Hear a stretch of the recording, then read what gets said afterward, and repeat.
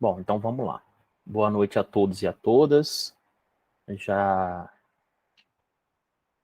vamos iniciar a nossa aula de hoje, certo? A nossa aula de hoje a gente vai falar sobre lucro real. Seria a segunda forma de tributação.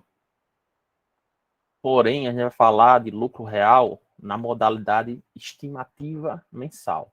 Ok? Vocês vão encontrar nos livros por aí lucro real anual com recolhimento por estimativa mensal, certo? Essa é a lógica. A gente vai falar mais à frente o porquê dessa embaralhamento, né? É real, mas paga mensal, enfim, o porquê disso. Nosso objetivo de aprendizagem é compreender o regime de tributação do lucro real. E aqui aquele resumo que a gente falou na aula de lucro presumido, certo? Na primeira aula nós falamos sobre esse grupo de empresa aqui que ele pode fazer a opção pelo lucro presumido. E hoje nós vamos falar sobre esse grupo de empresas que elas podem fazer a opção pelo lucro real ou elas são obrigadas a ser lucro real, certo? Ok, gente? Aí o lucro real anual, ele baseia no resultado ajustado anualmente e ele tem o pagamento mensal por estimativa e também tem a figura do balanço ou balancete de suspensão ou redução do imposto de renda e contribuição social. Por que estimativa mensal? A gente vai ver mais à frente, ele o lucro real por estimativa, aliás, o lucro mensal por estimativa, ele é muito ou praticamente igual ao lucro presumido, a forma de cálculo, tá? Por isso que eu coloco na sequência presumido e depois estimativa, real estimativa, que é para aproveitar o raciocínio, tá? E tem a figura nessa modalidade, o mecanismo, né, vamos dizer assim, do balanço de redução ou suspensão, que basicamente o nome é bem sugestivo. Você faz esse balanço ou balancete na perspectiva de suspender o pagamento de imposto de renda e contribuição, seja porque você já pagou mais do que deveria, ou reduzir o valor que você vai pagar. Tá? Tem essas duas possibilidades. Suspendeu, você já pagou mais do que deveria, e reduzir, você vem pagando, mas falta um pequeno pedaço para completar o que deveria ser o correto, né? O necessário pagar naquele momento. Sim. Aí, definições iniciais, né, do lucro real anual. A PJ, ou seja, a pessoa jurídica, quando ela é tributada no lucro real, pode optar pelo pagamento mensal de imposto de renda e contribuição social. Pode optar, certo? Dentro do lucro real, ou eu sou real anual, ou eu sou real trimestral. Ah, professor, quando é quando é que eu faço essa opção, né? O exercício dessa opção acontece obrigatoriamente em 31 de dezembro, certo? Ou por meio da ocasião, quando acontece os eventos, quando aconteceu algum evento dentro da empresa de incorporação, fusão, cisão ou encerramento de atividades, certo? E automaticamente, quando acontecem esses fatos aqui, né, a empresa ela fica impedida de optar pelo lucro presumido, ou seja, ela vai ser tributada com base no lucro real. Essa opção ela é manifestada quando? Com o pagamento do imposto correspondente ao mês de janeiro. Se eu cheguei em janeiro, vamos supor, eu estou em 2021, eu fiz todo o meu planejamento tributário, eu verifiquei que no ano de 2021 não era atraente, aliás, era atrativo em 2021 ser lucro presumido, mas eu verifiquei que no ano de 2022 eu vou ter modificações, seja em faturamento, seja, enfim, modificações de ordem interna da empresa, o que vai tornar a escolha pelo lucro real mais interessante. Isso eu já estou antevendo, estou fazendo um planejamento para o ano de 2022. Se eu verifiquei isso, beleza. 2022 eu vou ser lucro real. Só basta saber qual das duas formas. É interessante ser anual ou é interessante ser trimestral? Certo? Eu vou fazer a definição e vou pagar. Se eu paguei o imposto referente ao mês de janeiro, naquele período lá, e com um código específico, certo? Se eu sou real anual, eu tenho um código para o DAF, que é o Documento de Arrecadação de Receitas Federais. Eu tenho um código específico para imposto de renda e eu tenho um código específico para contribuição social. Se eu sou lucro real trimestral, eu vou ter outro código diferente para imposto de renda e para CSLL. Se eu paguei esses dois impostos com esses códigos de lucro real anual, a minha opção já foi feita, certo? Foi feita e, segundo a Receita Federal, é irretratável, ou seja, eu não posso mudar. Uma vez feita a minha escolha, eu vou ter que permanecer nela durante todo o ano calendário. Eu não posso, janeiro era interessante, aí depois de fevereiro aconteceu uma outra mudança na empresa e que era mais interessante ser presumido. Aí você fala, tá, beleza, mas você fez a opção. Agora você vai continuar. Da mesma forma, eu também não posso alterar de real anual para real trimestral. Ok? É irretratável. Paguei, escolhi automaticamente.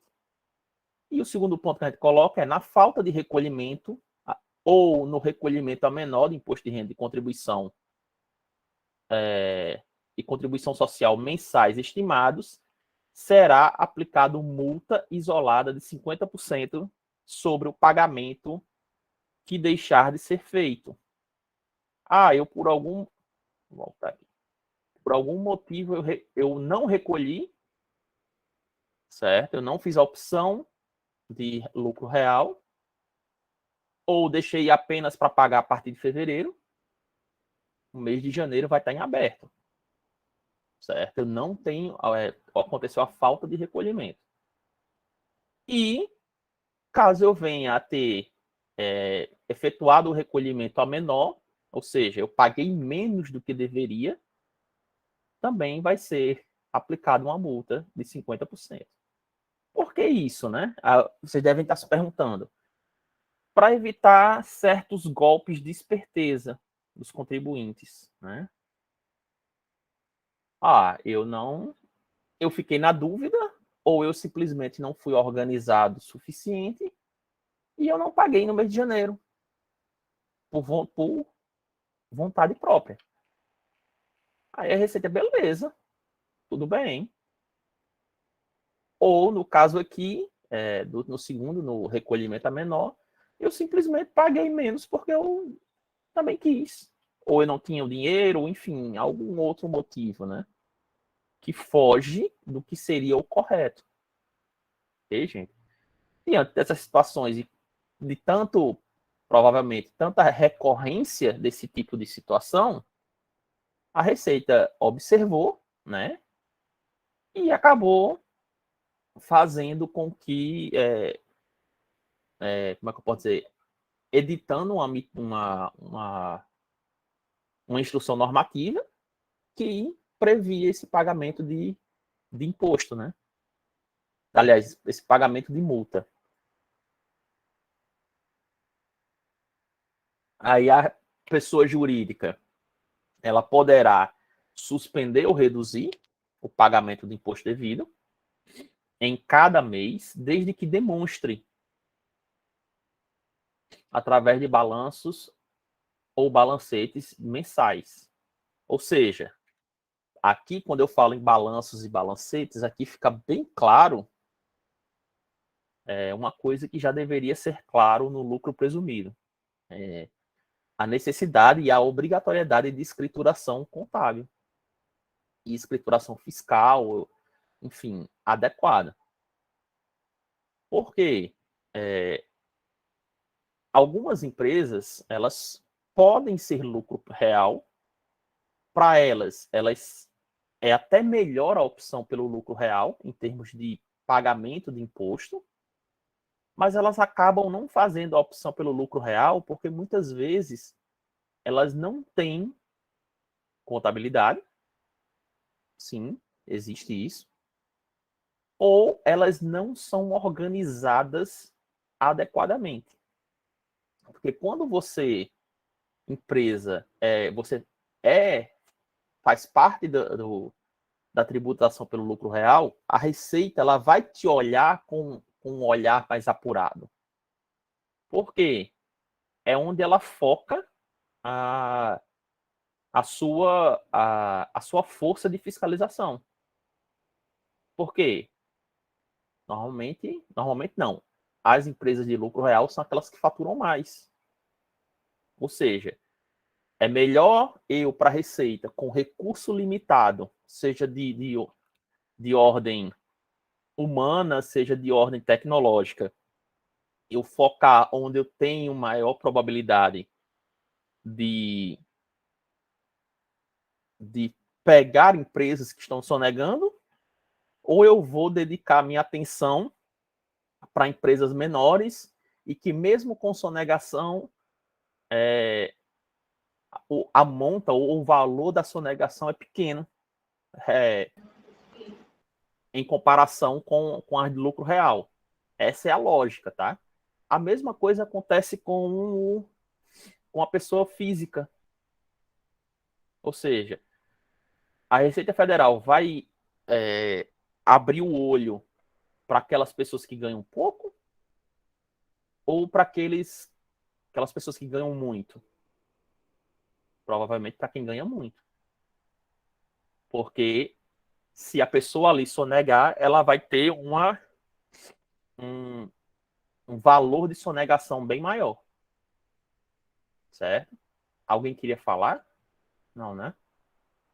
Tive a sensação que alguém ia abrir o microfone e parou no meio do caminho.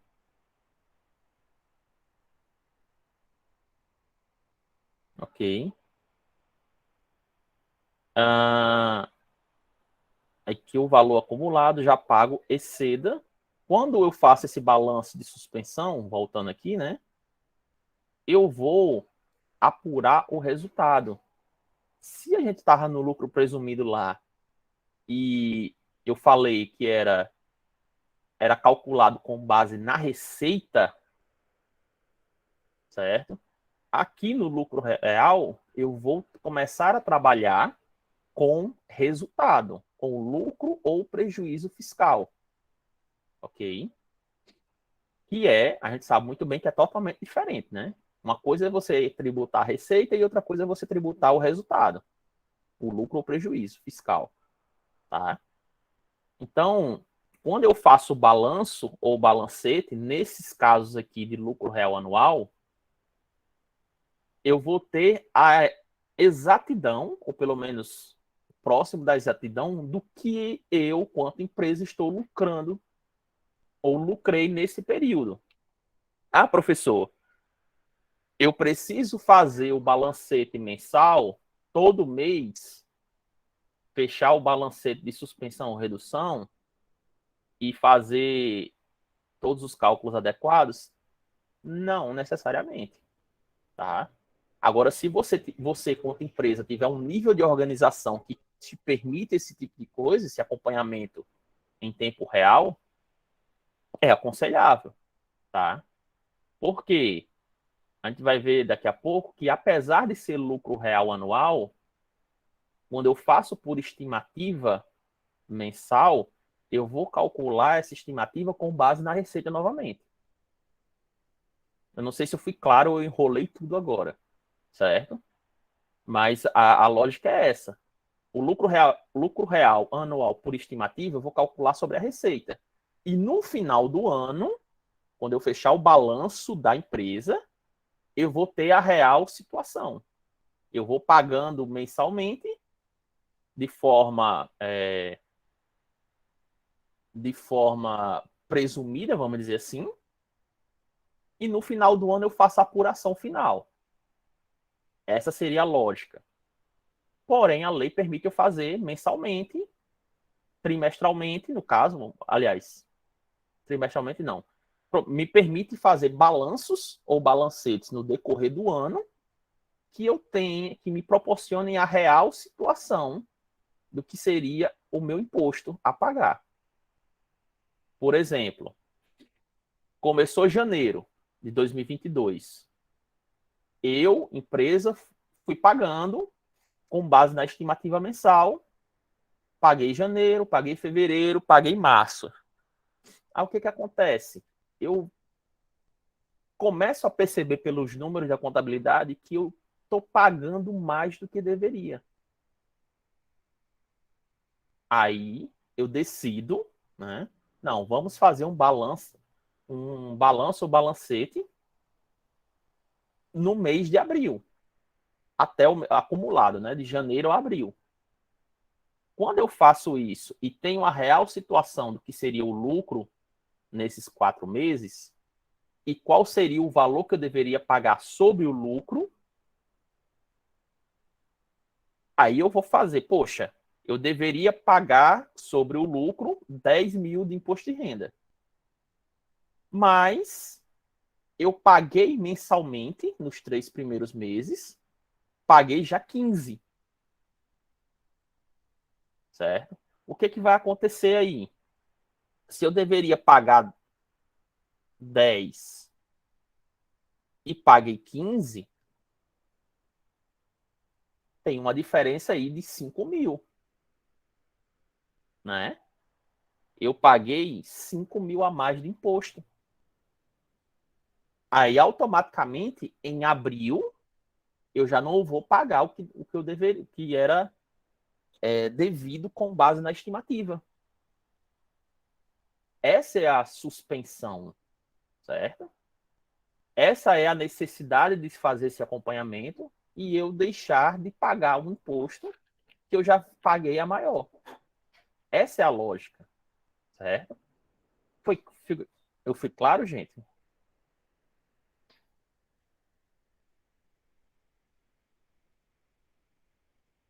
Ou não? Professor, você poderia repetir mais uma vez? Pronto. Qual, a partir da onde, Dilnaira? Essa questão aqui dos 10 e dos 15 ou Isso, tudo? professor. Pode ser daí, do 10 do 15. Pronto. Vamos lá. Eu fui pagando mensalmente imposto de renda e contribuição com base na estimativa. Janeiro, fevereiro e março. E eu comecei a olhar a contabilidade e percebi que, tipo, olha, eu acho que eu estou pagando a mais. Eu fiz os cálculos ali informalmente e falei, poxa, eu acho que eu fiz a mais. Eu acho que eu paguei a mais. Certo? Aí o que ele faz? Aí eu decido, não, vamos fazer um balanço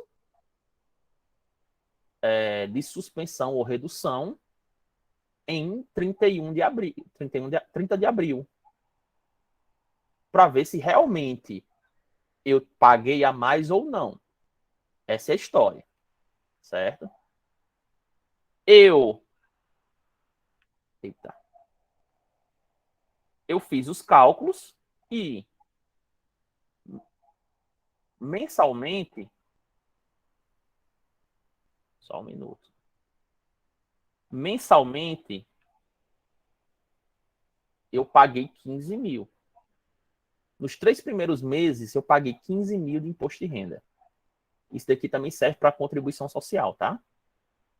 Paguei 15 mil, aí 5 mil cada mês.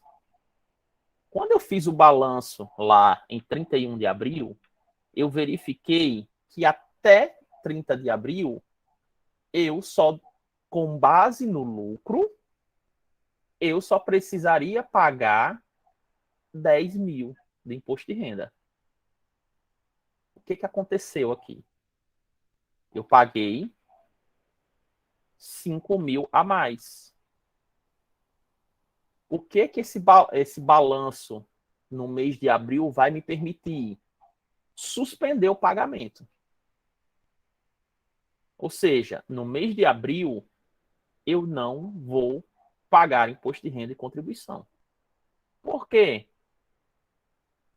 Eu já paguei 5 mil a mais. Certo? Ficou claro? Sim, professor, obrigada. Aí agora eu vou complicar. Certo? Por exemplo, essa é a primeira, é suspensão. Tá? Essa 10, 15 e 5 foi suspensão. Agora imagine a mesma situação. Eu paguei isso daqui tudinho, né? Verifiquei, aliás, eu paguei 15 nos 3 meses, nos 3 primeiros. Eu verifiquei com o balanço de suspensão que até abril, aliás, desculpe, não vai dar. Não vai dar para incluir um exemplo aqui. Eu vou fazer outro exemplo para ficar melhor. Certo? Deixa eu só. Ficou claro esse daqui, pessoal? Do 10 e do 15?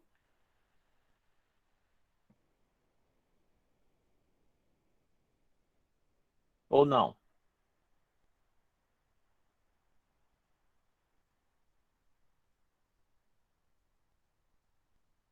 Mariane colocou aqui, professor, como a empresa excede esse valor? Como assim, Mariane? Excede o valor? Explica melhor.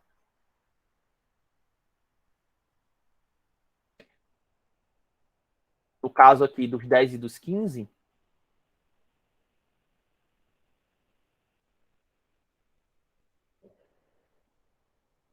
Sim, tá. Então vamos lá. A gente tem que levar em consideração o seguinte: quando eu estou fazendo estimativa mensal, certo?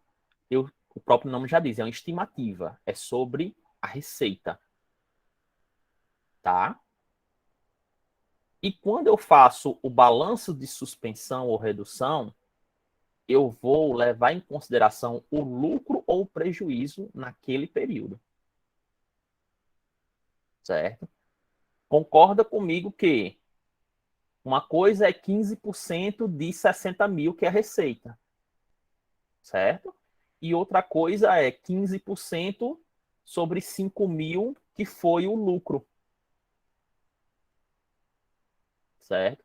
Eu uso bases de cálculo diferentes. Por isso que pode dar essa situação aqui que eu coloquei. Vou trocar aqui. Pode dar essa situação de 10 mil e 15 mil. Ok? Por isso que pode acontecer esse excesso de pagamento. Ou não. Ok?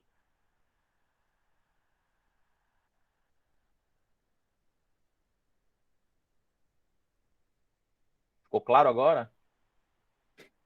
Deixa eu abrir um Excel, que acho que o Excel é vida.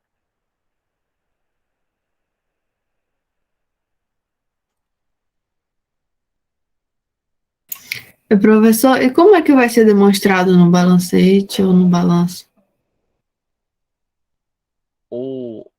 O imposto, você diz? É, porque lá no slide falou que iria ser demonstrado, né? O fato de Não, ter excedido. eu vou demonstrar não no balanço. Eu vou pegar as informações do balanço e da DRE e vou fazer um livro à parte, cálculo à parte, certo? Ou não? Um cálculo à parte? É. Lembra como a gente fez o presumido aqui? A gente não fez na última aula, pegou e saiu somando e fez essa calculeira todinha aqui? Sim. Pronto. Da mesma forma, a gente vai fazer para o real estimativa. E no caso do balancete de suspensão. Ok? Ok. É aquela coisa, é um livro à parte. Não é. Vai estar lá no balanço, por exemplo. Certo? No balanço vai ter informação do imposto que foi pago e do que não foi pago. Certo? E na DRE vai ter informação do lucro. É porque lá no slide deu a entender que iria ser como se fosse uma conta que demonstre através de balanços ou balancetes mensais. Desde que demonstre através de É. balanço ou balancetes mensais que o valor acumulado, ou seja, eu vou verificar lá, quando eu lanço o imposto, qual vai ser o lançamento do imposto? Débito e crédito.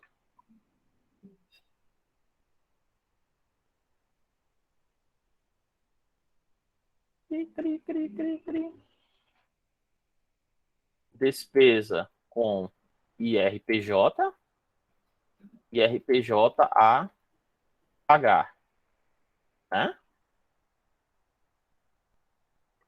Na conta de despesa com IRPJ, eu vou ter o histórico todinho do que foi pago. Concorda? Uhum. Eu vou ter lá, eu paguei no mês de janeiro 10, aliás, no mês de janeiro 5, fevereiro 5 e março 5. Se eu pegar o saldo, o saldo do razão dessa conta, eu vou ter lá 15 mil no ano de 2022. Ou seja, eu paguei, aliás, eu tive despesa, não necessariamente paguei. Já é outra coisa. Uma coisa é você ter a despesa com imposto, outra coisa é você pagar o imposto. Certo? Eu vou ter lá a despesa com 15. Então, eu vou ter o histórico aqui de 15 mil que eu paguei de imposto. Então, eu tenho como comparar aqui, né? Os valores acumulados já pagos. Certo? Inclusive adicional. Nesse período. Ficou claro? Sim. Pouco. Ok. Aí aqui, gente, por exemplo, vamos fazer a outra situação. Exemplo. Eu eu paguei 20 mil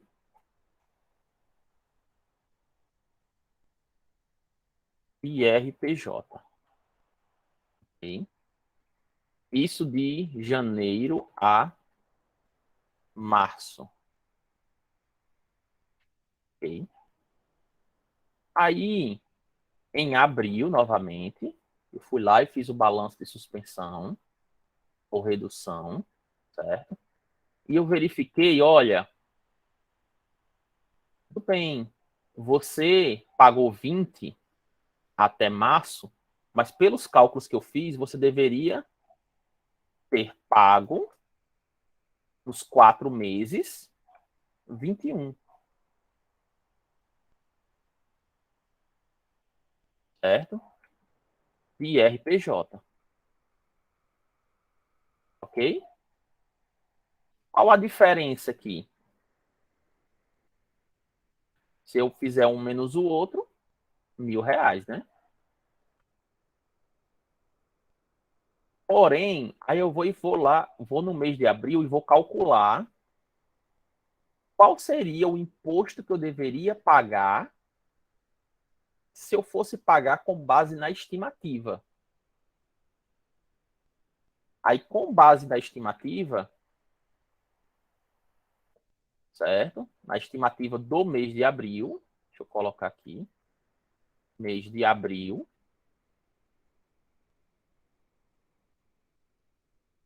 eu deveria pagar no mês de abril 4.000 de imposto de renda. E agora, o que eu faço?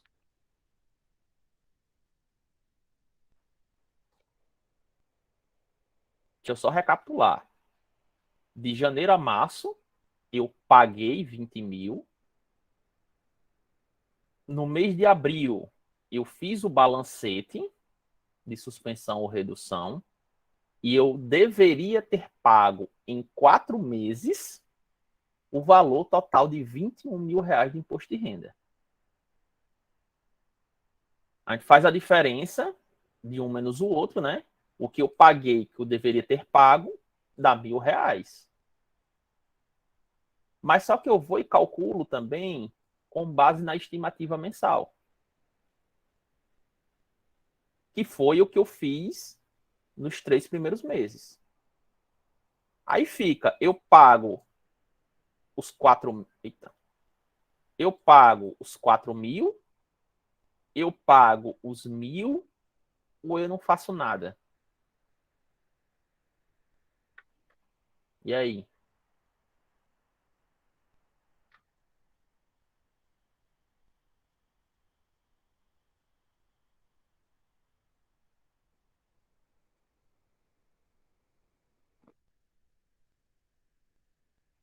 Lembra do primeiro exemplo. O que aconteceu no primeiro exemplo? Eu paguei 15, era para ter pago 10. Eu simplesmente no mês de abril não paguei nada. Aí eu suspendi o pagamento. Porque eu já vi que eu tinha pago em excesso, a mais. E agora? O que eu faço? Nesse segundo exemplo aqui.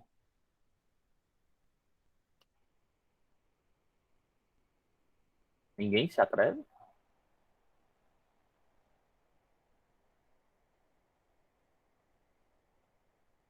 Terra chamando.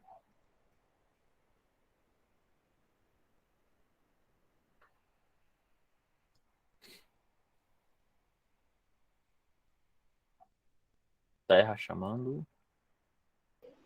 Repita, professor, por favor. Oi. Oi. Você tá Tentaram me fazer ouvindo? contato? Liga lá, ó. O exemplo 2, tá? Exemplo 2, de janeiro a março, eu paguei 20.000 de imposto de renda. No mês de abril, eu fiz o balanço de suspensão ou redução e verifiquei que nesses 4 primeiros meses do ano, eu deveria ter pago 21.000 de imposto. Aí a gente fez a diferença, né? Entre o que eu paguei e o que eu deveria ter pago. O que eu paguei nos 3 primeiros meses e o que eu deveria ter pago nos 4 primeiros meses. Ou seja, tem uma diferença de R$ 1.000. Porém, eu fui lá e fiz o cálculo do imposto de renda no mês de abril com base na estimativa, que é o que eu fiz aqui nos meses de janeiro a março. E quando eu fiz esse cálculo aqui, eu verifiquei que eu deveria pagar no mês de abril 4.000 de imposto de renda. Esse cálculo aqui de 4.000 é com base na receita, certo? Esse cálculo aqui de 21 foi com base no lucro.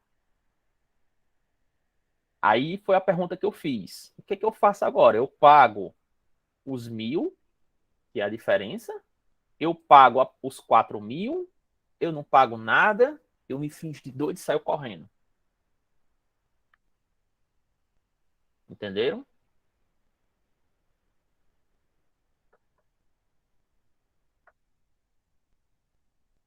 Terra chamando.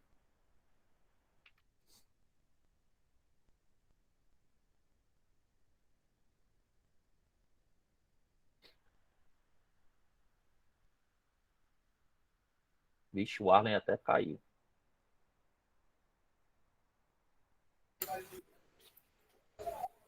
Gente, dá uma opinião, gente, pelo amor de Deus, certo ou errado? Chuta.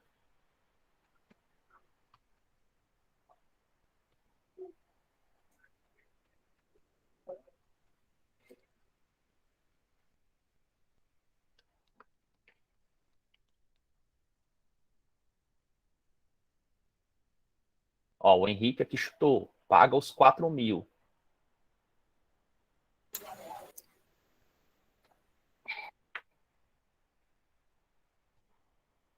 Professor, Oi. com base na receita, eu teria que pagar 21.000, era isso? Não, 21.000 é com base no lucro. No lucro.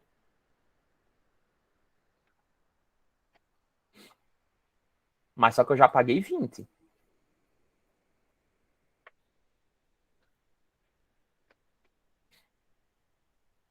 Aqui os 21 são os 4 primeiros meses do ano. Eu deveria pagar no total 21.000. Mas só que de janeiro a março eu paguei 20.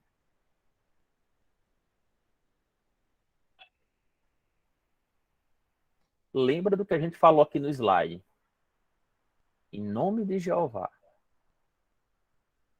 Balanço que demonstre o valor acumulado já pago excede o valor do imposto, inclusive adicional, calculado com base no lucro real do período em curso. Eu posso o quê? Suspender ou reduzir. No nosso caso aqui, naquele primeiro exemplo que eu coloquei, eu simplesmente suspendi. Por quê? Eu vi que lá eu tinha pago 5.000 a mais. Entendeu? Nesse caso aqui, eu não paguei a totalidade. Eu era para ter pago 21 nos 4 primeiros meses, total, né? E eu só paguei 20. Aqui, nesse segundo exemplo, é um exemplo de redução. Por quê? Apesar de eu ter encontrado que no mês, com base na receita, que é esse segundo aqui, esses 4.000, eu deveria pagar no mês de abril 4.000 de imposto de renda, eu só vou pagar 1.000. Eu vou reduzir o meu pagamento de imposto de renda. Certo? Lembra aqui, suspender ou reduzir. Suspender foi o primeiro exemplo, reduzir foi o segundo. Em vez de pagar 4, eu pago 1.000. Certo? Essa é a lógica. Ficou claro?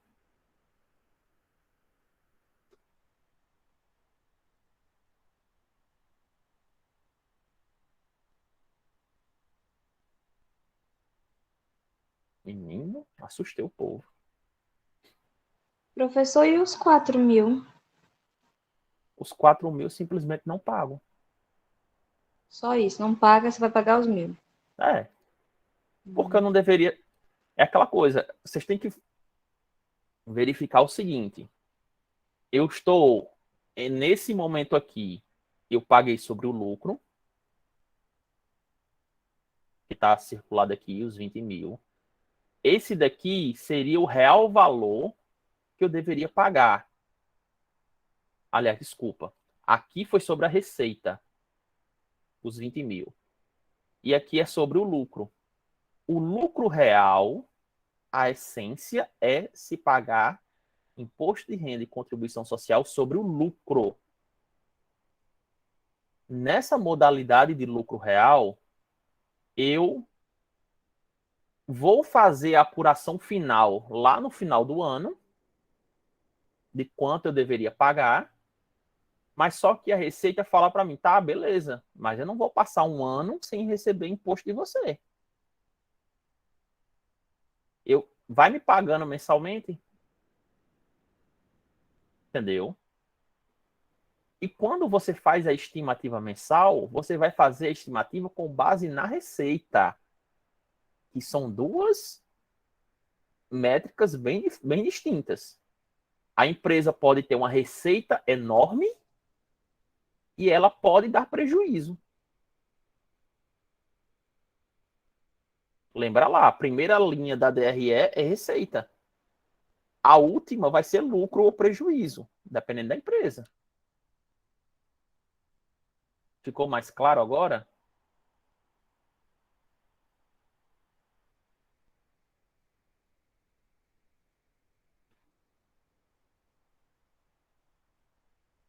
Oi, som.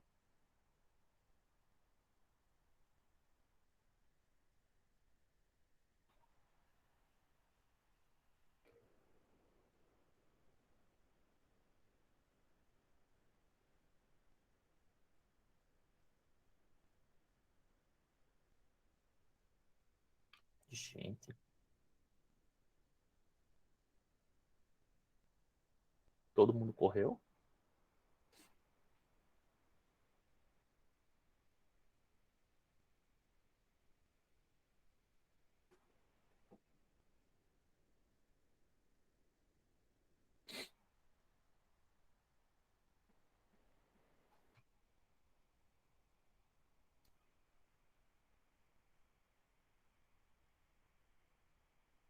Mais ou menos.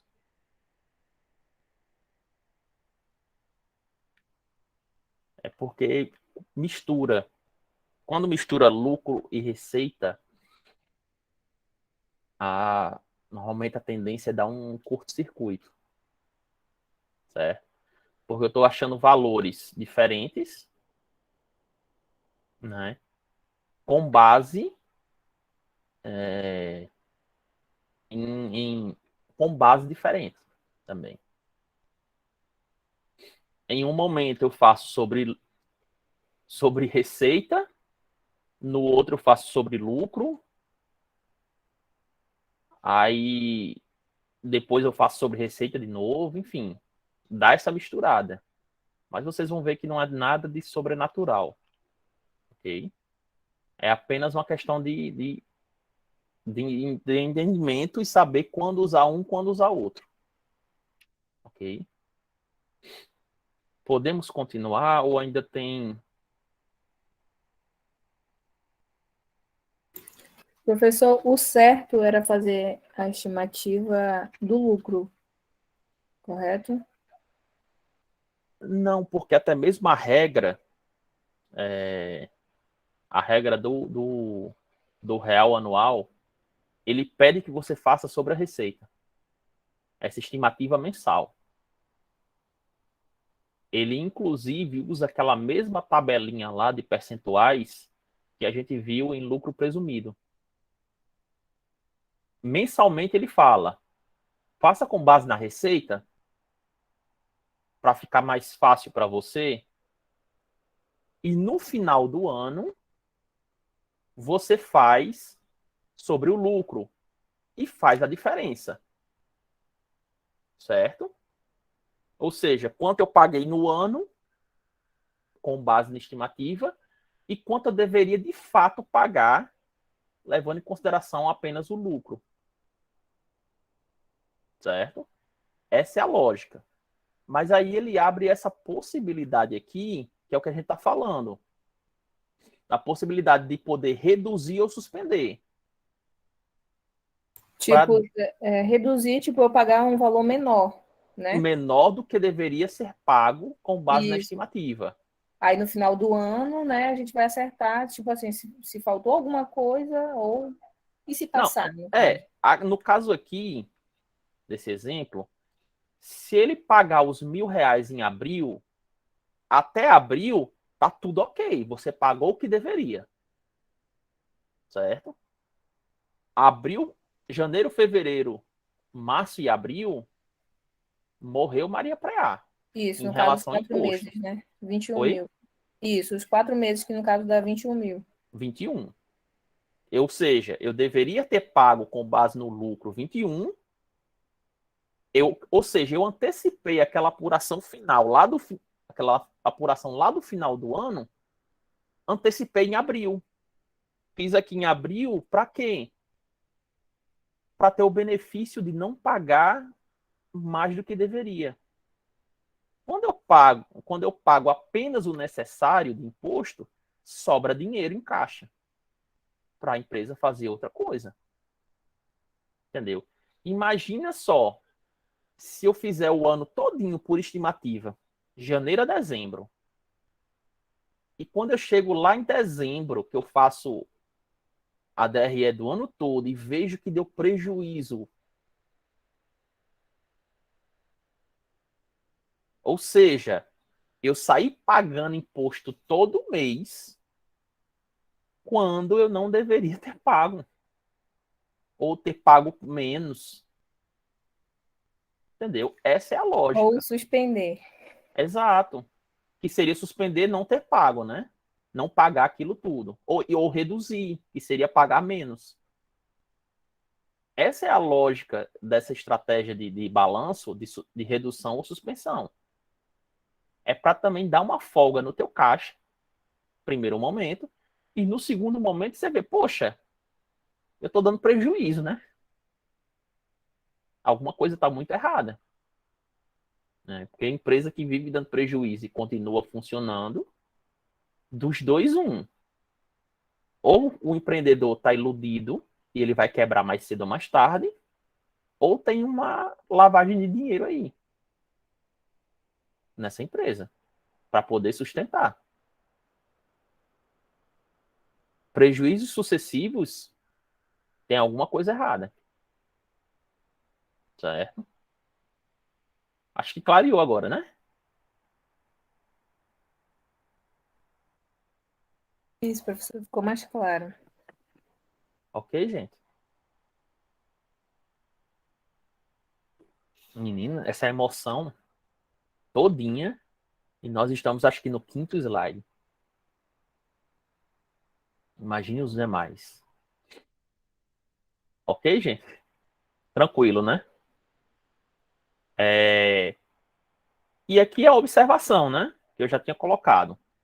Quando aqui a gente usou o exemplo de imposto de renda, mas isso acontece para os dois ao mesmo tempo. Não existe a possibilidade de eu suspender ou reduzir que não seja para os dois ao mesmo tempo. Tá? Eu não posso, vou suspender só o imposto de renda e eu vou pagar a contribuição. Pode acontecer, mas assim, pode acontecer isso se eu fiz os cálculos e vejo, olha, imposto de renda eu paguei a mais realmente, e CSLL eu paguei a menos, tem que pagar algum outro valor. Aí sim. Mas eu não posso, eu só quero fazer para imposto de renda. Essa possibilidade não existe. Ok? Tranquilo? Agora vamos dar uma continuidade. A estimativa mensal com base na receita, essa receita bruta e acréscimos, que a gente vai chegar à base de cálculo. Tá? É igual ao lucro presumido. Se parar para olhar, receita bruta, menos devoluções, menos venda cancelada, menos desconto incondicional. O que eu vou ter? Base de cálculo do lucro da atividade. Certo? É o que a gente falou lá em lucro presumido, era receita líquida, que era igual à base de cálculo, né? Aí aqui eu utilizo o percentual de presunção, que a gente vai falar daqui a pouco, mas é aquela mesma tabelinha do lucro presumido. 8, 12, 32, 1,6, e aí vai.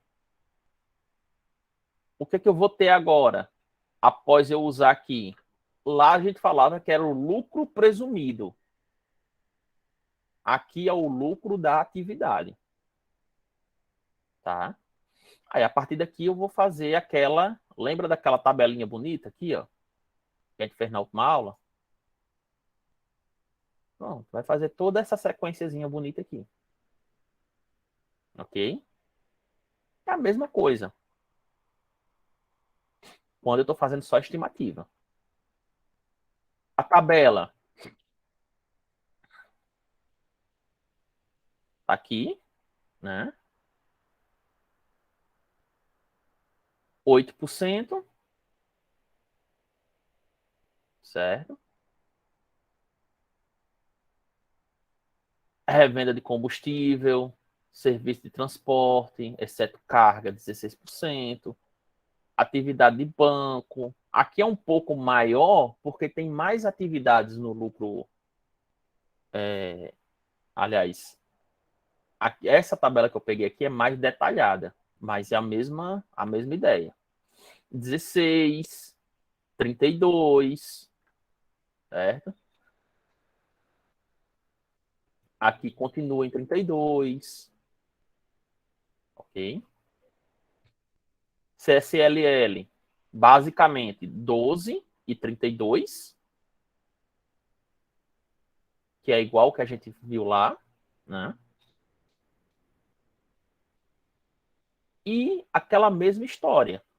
Quando a empresa tem atividades diversificadas, ou seja, exerce mais de uma atividade, a empresa é comércio e prestação de serviço, é comércio e venda de combustível, certo? Comércio, venda de combustível e serviço ao mesmo tempo. Eu vou pegar os percentuais para cada atividade, aqui do mesmo jeito, certo? Aí na atividade imobiliária, loteamento de terrenos, incorporação imobiliária, construção de prédios destinados à venda e venda de imóveis construídos ou adquiridos para revenda. Aí a receita bruta é considerada o montante efetivamente recebido, tá? Quando eu falo de atividade imobiliária, tem uma questão particular. Bota um asterisco aí. Atividade imobiliária, ela, no caso aqui de loteamento, incorporação, construção de prédios destinada à venda, né? Ela tem uma característica que eu vendo, por exemplo, um apartamento, eu, empresa, por R$ 1 milhão, certo? Mas essa venda aconteceu hoje, por exemplo, 6 de abril. Mas eu, com certeza, em 99% das vezes, eu não vou receber o valor desse apartamento à vista. São poucas ou quase nenhuma pessoa tem condição de pagar 1 milhão num apartamento à vista.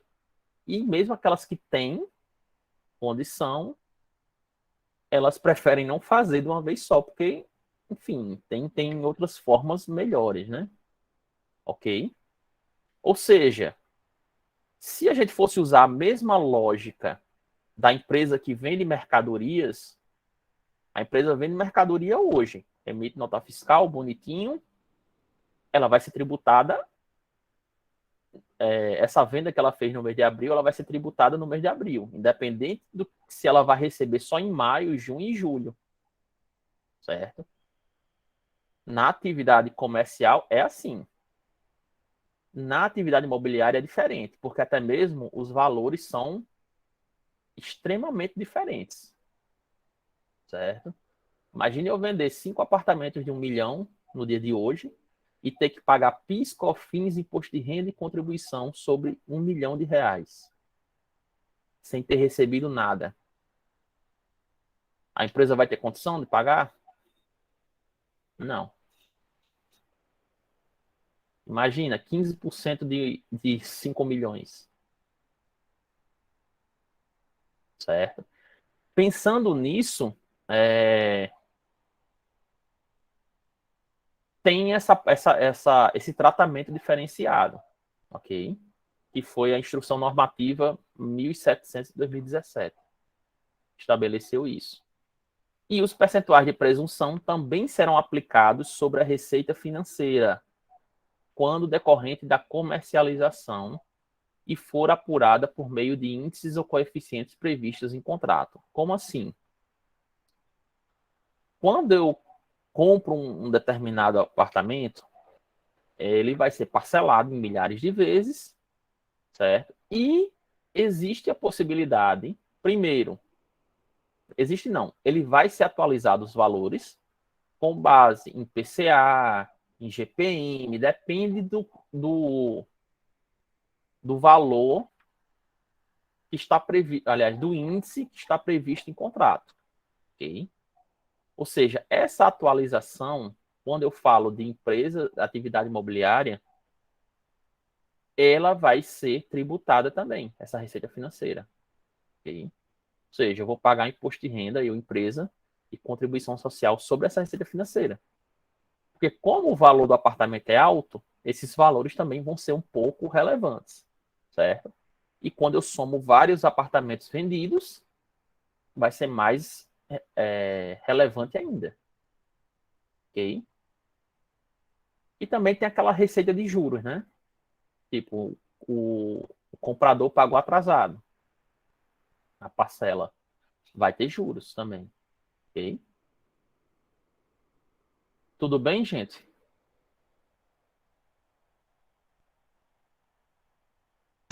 Tudo bem, professor. Diversificada, ok. Aí, um outro ponto. Para fins de imposto de renda, podem aplicar o percentual de 16%, desde que, olha lá, vamos voltar aqui um pouquinho na tabela. Ok? Ó. Ó, 16%. Tem essa faixa de 16% e tem essas atividades que aí, né? Que são enquadradas. Basicamente, atividades bancárias, certo? E corretoras, enfim, relacionada à questão de ou corretora, previdência privada, ou bancos, né? De forma geral. Aí o que ele diz? A legislação diz em relação a esses 16, a essa faixa, aliás, esse grupo, né? Eu posso aplicar os 16 desde que a empresa seja exclusivamente prestadora de serviço, ok? Aí tem as exceções, exceto prestação de serviço hospitalar, de transporte e de sociedades civis de profissões legalmente regulamentadas.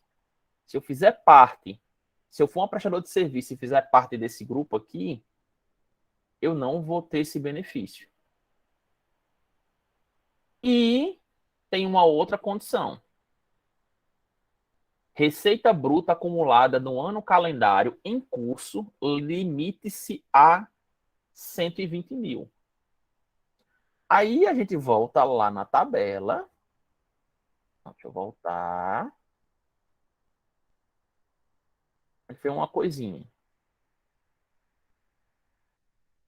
Olha as atividades que estão aí com 16%.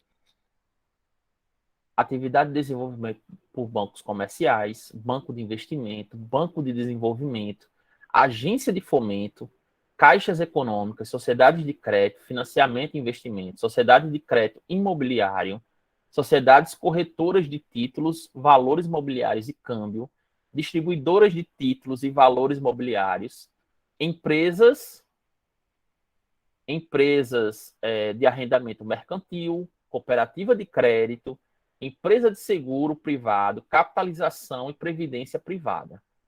Aí eu faço aquela boa e velha pergunta: você acha que alguma dessas atividades aqui, eles vão ter uma receita bruta de no máximo 120 mil no ano, como diz aqui a a regra.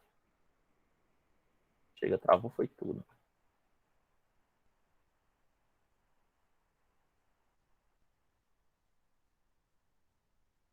Como diz aqui, receita bruta acumulada no ano calendário em curso de 120 mil. Você acha? Nunca terão, né? Ou seja, esse benefício aqui, essa possibilidade, não seria benefício, praticamente não é utilizado. Por quê? Porque ninguém vai se enquadrar nesses 120 mil. Certo? Aí, o que diz ainda? Ultrapassando esse limite, a empresa ficará sujeita ao percentual de 32. Sim. Em outras palavras, faça logo com 32. A não ser que sua empresa seja muito pequena. E eu não vejo o banco faturando 120 mil por ano.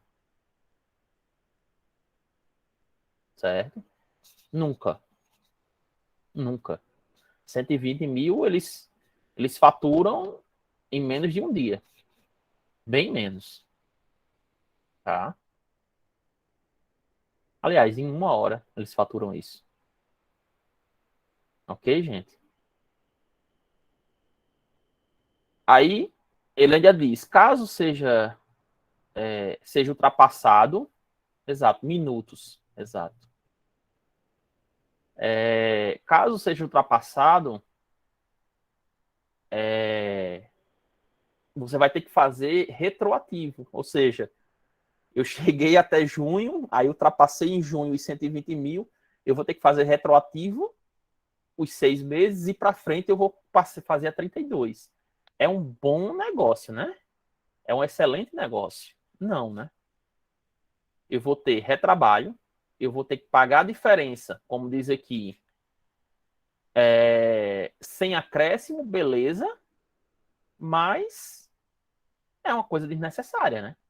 Se eu sei que eu vou faturar muito mais. Então, sem lógica. Ok? Tranquilo aqui, gente? Aí agora nós vamos chegar no outro ponto, né? Nós, no primeiro quadro, a gente fez até aqui, né? Aliás, até aqui, lucro da atividade, né? Que é basicamente receita menos as deduções, eu tenho o lucro da atividade, uso o percentual e acho o lucro da atividade aqui, né? Aliás, base de cálculo do lucro da atividade, eu vou pegar o percentual de presunção e vou ter o lucro da atividade. Aí, a partir daqui, eu vou ter os acréscimos. Ganhos de capital, demais receitas, rendimentos e resultados positivos. Similaridades com o que a gente fez aqui? Sim, né? Ó, lucro presumido total e teve as demais. Adicionei aqui, aí é que eu vou chegar na base final. Professor, por que eu vou adicionar essas demais receitas aqui? Porque a legislação prevê que elas aqui, a empresa quando tem essas receitas aqui, esse tipo de receitas, ela não vai ter o benefício da presunção sobre elas, que seria o quê? Eu calcular 8 ou 32% ou 1,6%. Porque elas são receitas que não fazem parte da atividade da empresa. A empresa não tem a finalidade, uma empresa comercial, por exemplo, de ter receita com juros ativos, de ter desconto, de ter aluguel. Ou seja, foge da atividade fim.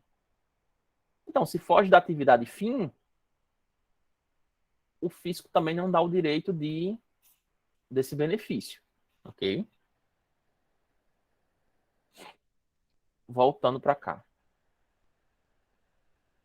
E após essa soma aqui, eu vou chegar na base de cálculo mensal. Ok? A base de cálculo estimada mensal.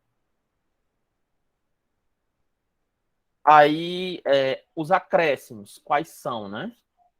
Receita financeira, decorrente de variações monetárias, dos direitos de créditos e obrigações do contribuinte em função da taxa de câmbio, ou seja, variação cambial também, serão consideradas para efeito quando da liquidação da operação. Eu tenho receita financeira no banco, eu tive, mas eu não fiz o resgate. Eu só vou tributar quando for efetuado o resgate daquela aplicação financeira. Professor, e se eu passar 3 anos com o dinheiro lá aplicado e rendendo? Vai passar 3 anos sem tributar. Agora, quando você fizer o resgate, ou seja, sacar aquela aplicação financeira, você vai ser tributado. Ok?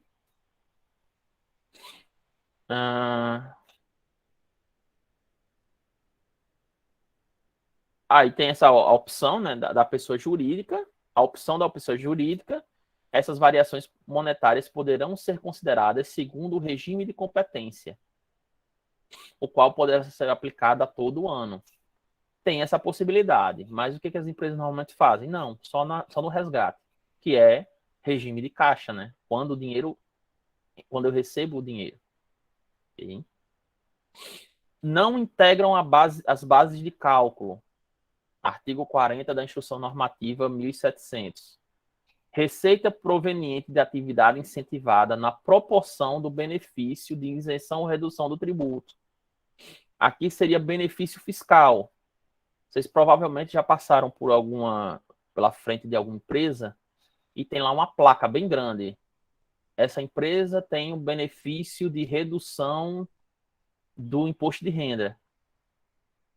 Aí é um benefício específico para aquela atividade ou para aquele setor, enfim, certo?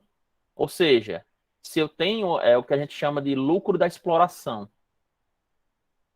mas se eu tenho isso aqui, eu não vou tributar. É um incentivo, tá? Recuperação de créditos que não apresentem ingressos de novas receitas. Reversão de saldo de provisão, certo? Exceto quando a provisão for dedutível. Lucros e dividendos decorrentes de participação societária não avaliada pelo método da equivalência patrimonial. E daqui, esse método da equivalência patrimonial, vocês vão estudar ou já estudaram em avançada, certo? O que é basicamente isso? Você vai avaliar o seu investimento em uma outra empresa com base na variação do PL dessa empresa, da empresa investida.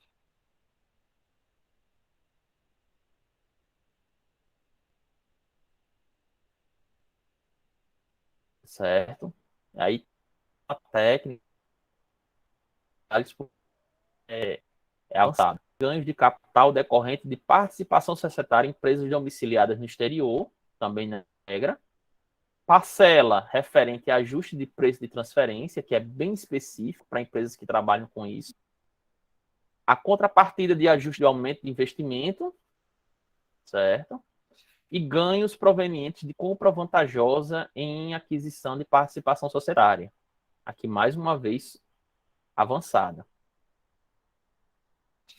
Aí continua ou não as receitas de subvenção para o investimento, que é incentivo governamental também. Prêmio na emissão de debêntures, enfim. Juros sobre capital próprio. Rendimentos e ganhos líquidos produzidos por aplicação financeira de renda fixa ou variável que não integraram a base de cálculo estimada do imposto de renda, mas que integram a base da CSLL. E, no caso de RPJ, esses rendimentos e ganhos serão considerados na base de cálculo estimada de RPJ, mas quando não houverem sido submetidos à incidência na fonte. Normalmente, o rendimento de aplicação financeira, das aplicações de forma geral, quando você saca, você recebe o rendimento já pelo valor líquido, ou seja, rendimento menos imposto de renda. já é retido na fonte. E aí vai, né, a lista, né? Ganho decorrente de avaliação de ativo ou passivo com base no valor justo. Receita financeira, decorrente de ajuste a valor patrimonial, também é de avançada, né? E aí a gente encerra essa parte. E agora a gente vai passar para o quê? Para apuração, certo? Lembre-se que esses quadros aqui é a continuação. Eu comecei lá no início com a receita, aqui, ó, vou voltar alguns. Essa já é a segunda parte. Aqui é a sequência, aquela sequência que a gente fez aqui no Excel, na última aula. Primeira parte é essa, né? Aí vai.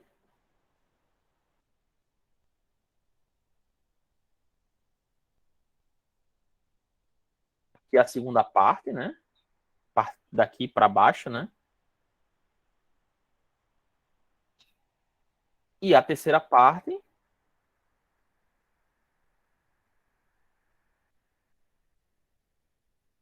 que seria de fato o cálculo do imposto.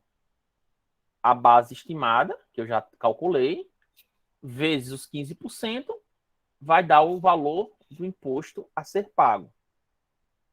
Certo? E aqui também tem aquela regra da estimatura do adicional do imposto de renda. A mesma regra, tá? 20%, aliás, 20 mil de lucro por mês. Ok? Como aqui eu estou fazendo estimativa mensal, é 20. Tá? Se eu lucrei mais de 20, que com certeza sim, eu vou pagar um adicional de 10% de imposto de renda sobre o excedente. Tá? Aí, o imposto 15%, certo? Mais o adicional, eu vou ter o imposto de renda apurado com base na estimativa mensal e eu vou ter deduções, certo? O que são essas deduções? Despesa com custeio do programa de alimentação do trabalhador, certo?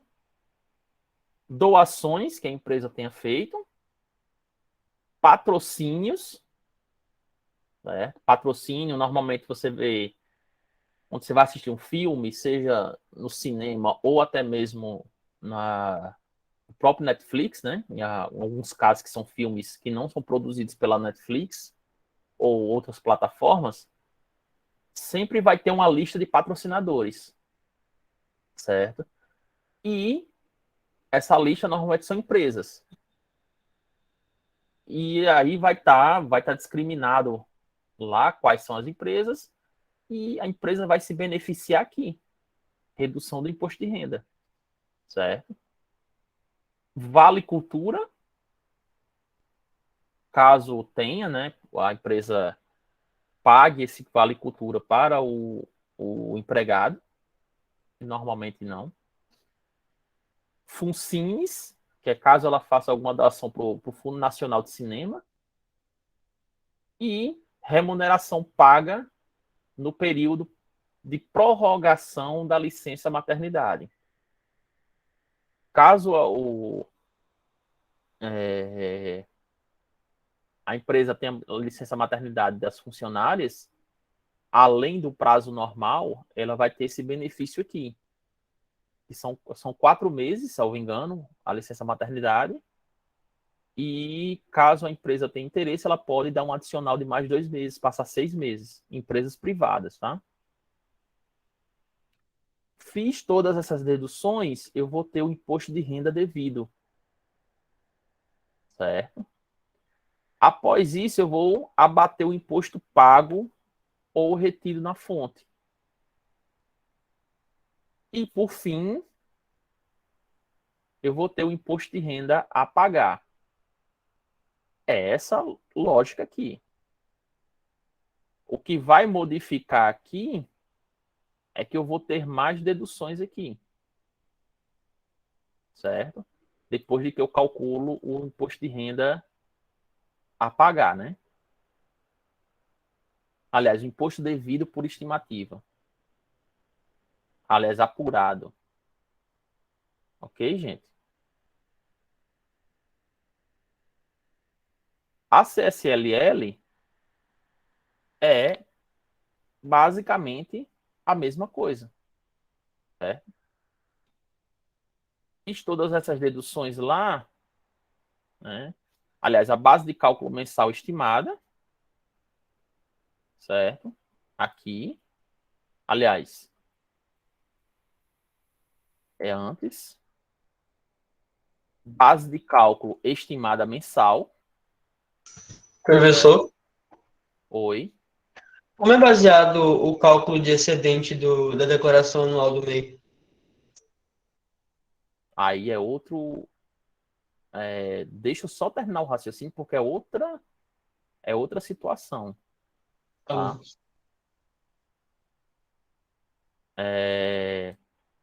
O que acontece aqui, gente?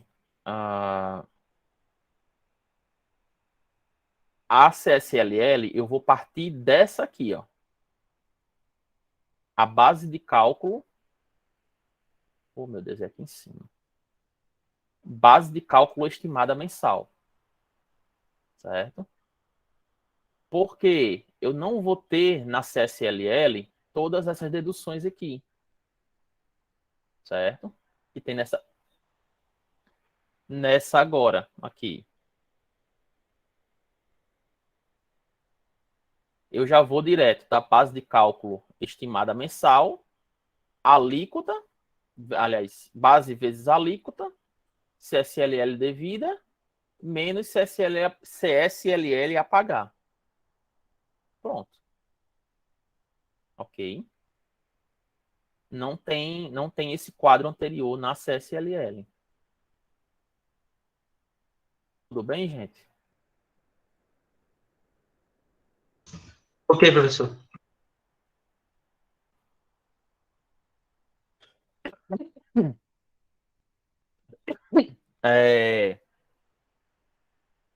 O imposto de renda e CSLL pagos ou retidos, a PJ poderá deduzir.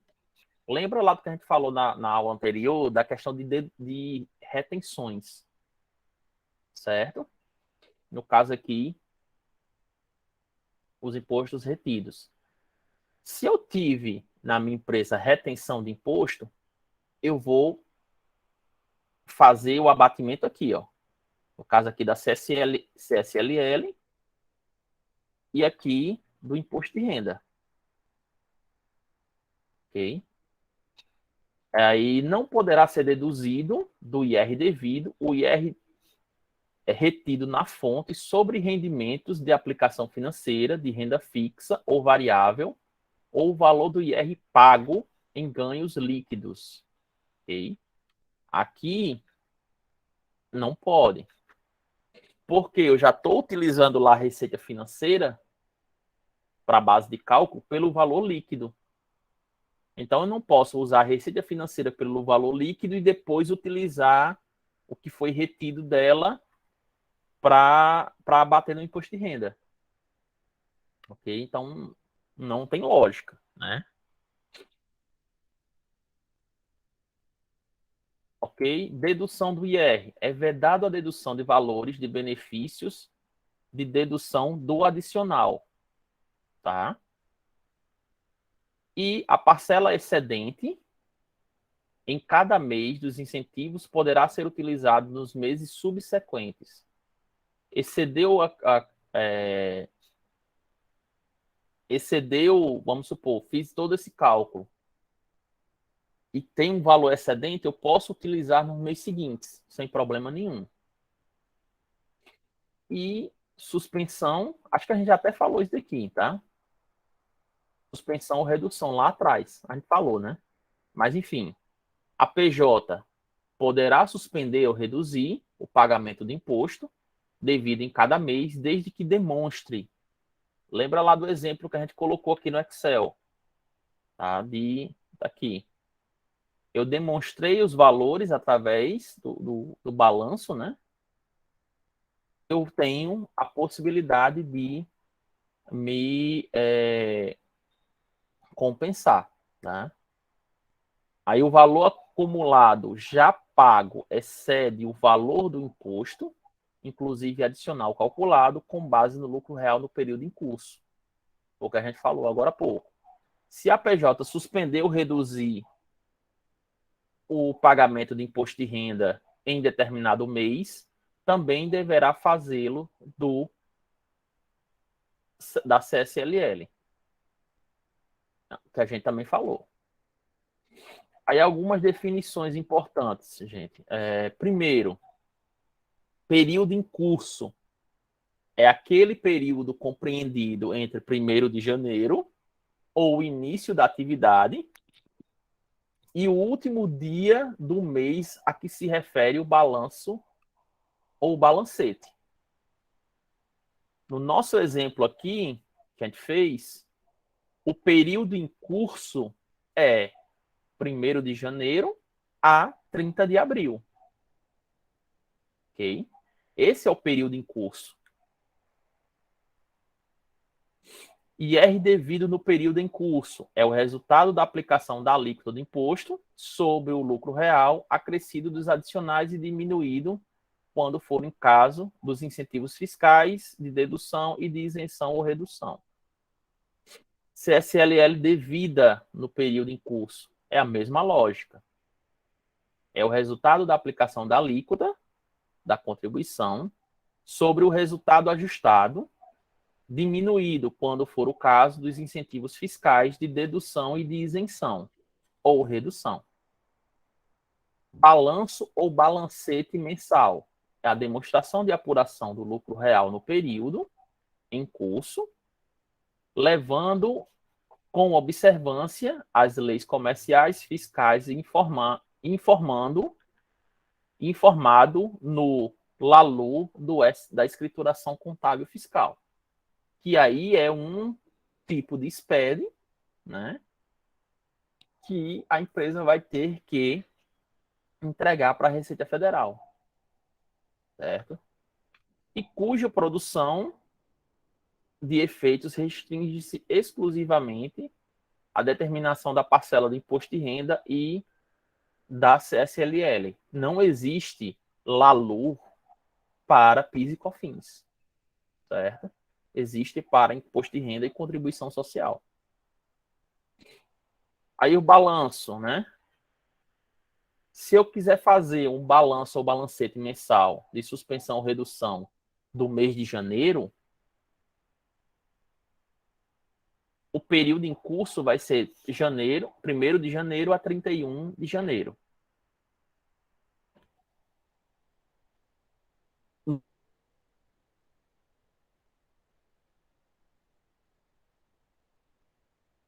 No mês de maio, qual vai ser o período em curso? 1º de janeiro a 31 de maio. 31 de agosto. E o período em curso, se eu quiser fazer, em dezembro eu tenho a obrigação de fazer o balanço, né? 1º de janeiro a 31 de dezembro. Aí, suspensão do pagamento. Tem-se a suspensão do pagamento de cada mês devido quando a PJ demonstre por meio do balanço ou balancete que o IRPJ e CSL devido calculado com base no lucro do período, lucro real do período, certo? Diferentemente da receita, que é a estimativa, é igual ou inferior ao valor acumulado de IR e CSLL mensal devido até o mês anterior do balanço ou balancete levantado. Ou seja, eu fiz em abril, até março eu paguei X, como a gente fez no exemplo. Certo? Aí eu comparo. Se eu pago, se eu suspendo. Se for igual ou inferior, eu vou suspender. Certo? E ocorrendo a apuração de prejuízo fiscal, né, ou base de cálculo negativa de CSLL, a PJ estará dispensada do pagamento do mês, do pagamento de imposto de renda e CSLL do mês. Exemplo, aí aquela história, né, que a gente falou. IRPJ devido por estimativa, 50. Imposto de renda mensal devido calculado de janeiro a maio, 100 mil. E IRPJ com base no balanço ou balancete de suspensão. Certo? Aí, nesse caso, ela poderá suspender porque ela pagou já esse valor. Okay? E redução. A redução do IR e da CSLL devido por estimativa quando a PJ demonstre da mesma forma que foi devido que o imposto de renda e contribuição social devido, com base no lucro real do período em curso, é maior que o valor acumulado. Ok? E aí, outro exemplo. No nosso caso aqui, aí a PJ poderá usufruir da suspensão ou redução da CSL mensal. A PJ deverá elaborar para cada mês o respectivo balanço ou balancete. Aí vem uma observação, gente. Isso tudo tem um custo, né? Ter essa contabilidade em dia e ter esse acompanhamento mensal tem um custo. Vale a pena eu fazer mensalmente e ter esse acompanhamento bem criterioso? Ou vale a pena eu fazer de 3 a 4 vezes no ano? Vai depender da empresa.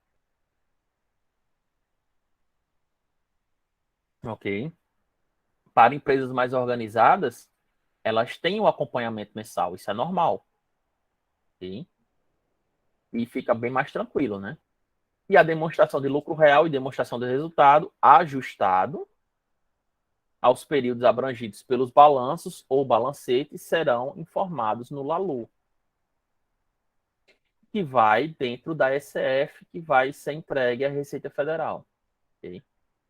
Cada balanço ou balancete deverá determinar um novo lucro real e um novo resultado ajustado, devendo ser desconsiderada aquelas apurações, aqueles apurados em meses, e a apuração do lucro real e do resultado ajustado em curso deverão ser todas as adições determinadas e exclusões admitidas pela legislação. Aqui eu faço uma observação. Não é toda a despesa que a empresa tem que eu tenho o direito de me abater para fins de imposto de renda. Uma coisa é lucro contábil e outra coisa é lucro fiscal, certo? Lucro contábil é o que está lá na DRE. Lucro fiscal, eu parto do lucro que está na DRE e faço as adições e exclusões. Fiz as adições e exclusões, eu vou ter aí o meu lucro fiscal, certo? Quando eu vou fazer isso na questão do lucro real anual? Quando eu tenha um balanço ou balancete de suspensão ou redução, ou no final do ano, que é o balanço final da empresa, certo? São nessas situações. Caso eu não tenha ou não queira fazer balanços de suspensão durante o ano, eu vou simplesmente fazer um balanço no final do ano. E aí, ter o resultado, né? Que a gente viu aqui que não, nos exemplos básicos que a gente colocou, não é muito interessante deixar só para o final do ano. Caso contrário, vai ter você pode ter pago imposto a maior durante todo o ano e você deixou de ter dinheiro em caixa. Realmente, Mariane, é informação. É de doer. Isso porque a gente não chegou no lucro no trimestral, que é mais pesado ainda. Ok, gente? E aqui, só para relembrar, né? O adicional do imposto vai ser calculado sobre o excedente, que a gente já falou, e a mesma lógica do presumido, 20 mil do QCD, né? No presumido sempre a gente falava 20 mil ao mês, 60 ao trimestre, porque o presumido é trimestral. No real estimativa seria 20 mil ao mês. Okay? E aqui novamente, depois de todas essas deduções, eu vou ter o imposto de renda a pagar, o resultado final. Da mesma forma, a CSLL. Certo? Lembrando que a CSLL não vai ter aquela parte de deduções fiscais, de doação, enfim, não vai ter. Certo? Ela é mais direta. Aí a apuração anual, essa apuração, a PJ ela é tributada com base no lucro real, ela opta pelo pagamento mensal por estimativa e CSL, né, Imposto de Renda e CSLL, deverá apurar o lucro real e o resultado ajustado em 31 de dezembro de cada ano. Por ocasião de incorporação, fusão, cisão ou encerramento das atividades. É aí que a gente já falou, está até se repetindo isso aqui. A diferença aqui é que não é 20 mil a base do adicional por mês. Anualmente, se é 20 mil ao mês, é só multiplicar por 12, que vai dar 240 mil. Essa é a única diferença. E toda aquela apuração que a gente já viu, para chegar nesse cidadão final aqui. Da mesma forma, a CSLL. E o pagamento? Devem ser pagos quando? Até o último dia útil do mês subsequente. Se eu estou calculando o mês de março, qual vai ser o prazo de pagamento do imposto referente ao mês de março?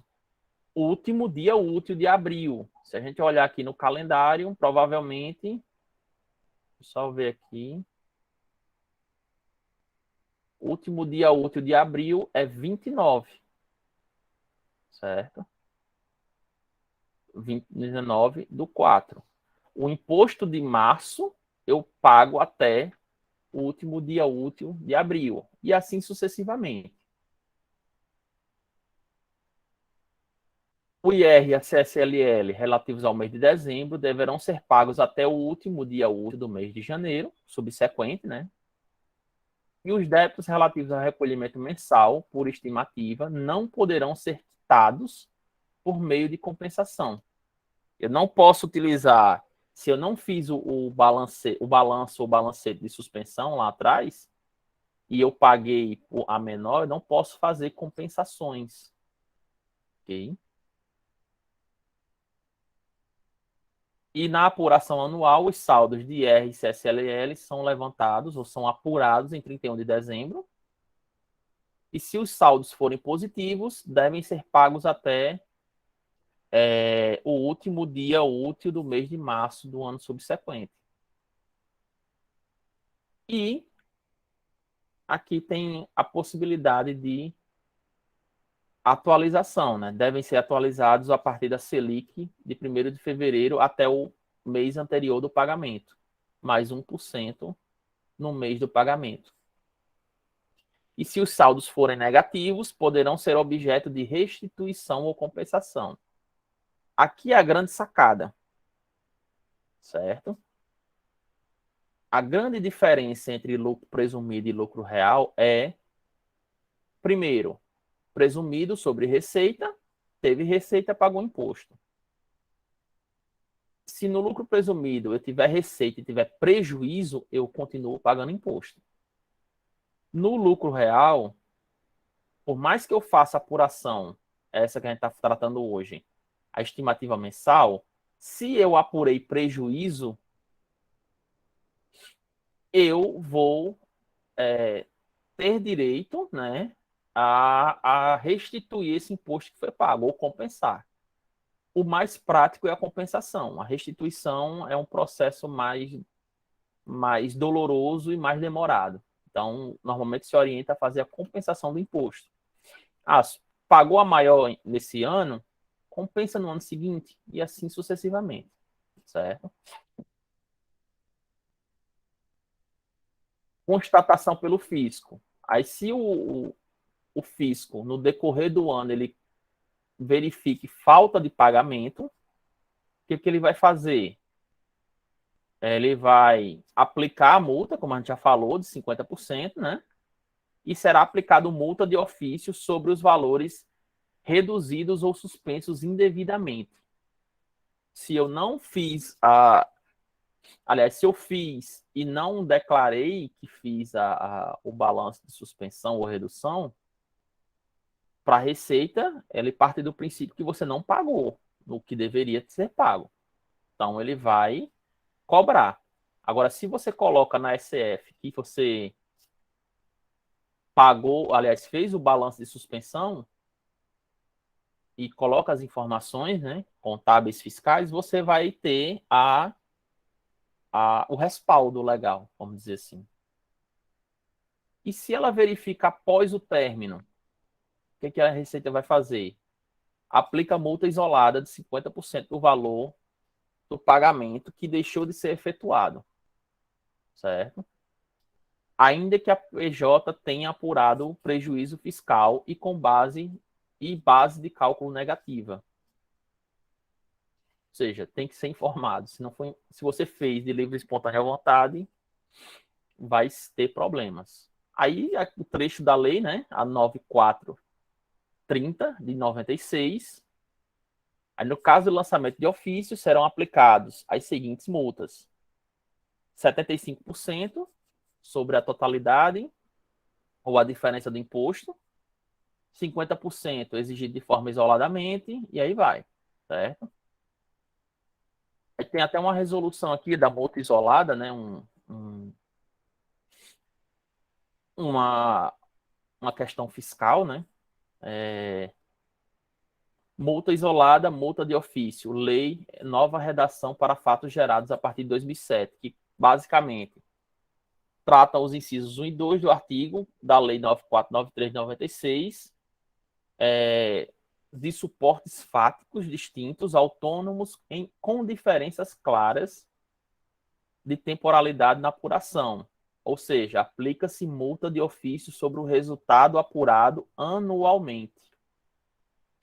Certo? E a multa isolada sobre a insuficiência de recolhimento por estimativa, apurado conforme balancetes, mês a mês, ainda sobre base presumida de receita bruta mensal. Em outras palavras, fez errado, dançou. Basicamente. Por isso que tem muitos colegas, tem muitos contadores, né, vamos dizer assim, que eles não querem empresa do lucro real. E tem muitas empresas que preferem não fazer ou não serem tributadas com base no lucro real por conta dessa severidade, por conta desse aperto, né? A fiscalização é muito maior. E os detalhes que você tem que fazer, as declarações que você tem que enviar são totalmente diferentes, certo? E bem mais complexas. Se você faz um balanço de suspensão, imagina, é um trabalho adicional, enfim, tem essas, tem que ser muito organizada. Caso contrário, você vai acabar escorregando em algum detalhe e vai ser cobrado multa, ok? E juros, enfim, tudo que a Receita quer. Então, pessoal, essa seria a nossa aula de hoje. Eu sei que está todo mundo calado, tenso, certo? Porque realmente é muita informação. E, assim, mais uma vez é aquela coisa.